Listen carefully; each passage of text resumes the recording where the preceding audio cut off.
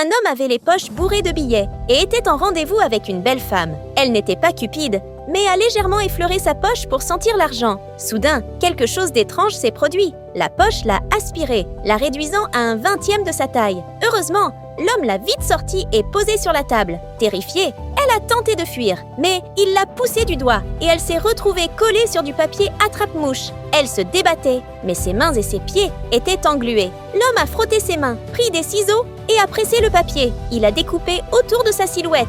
Elle criait de peur. Alors, agacé, il lui a scotché la bouche. Une fois le calme revenu, il lui a mis un manteau de fourrure. Trouvant qu'il manquait quelque chose, il a dessiné des barésiles sur ses jambes avec un stylo noir. Puis, il a sorti une bague en diamant et l'a placée sur sa tête comme une couronne. La femme était brisée, mais le vrai cauchemar était à venir. Il l'a approchée de sa bouche, a inspiré fort, puis l'a posée sur une voiture jouet pour jouer avec. Peu après où il est parti, la femme, pleine de regrets pour son geste, ne voulait pas mourir.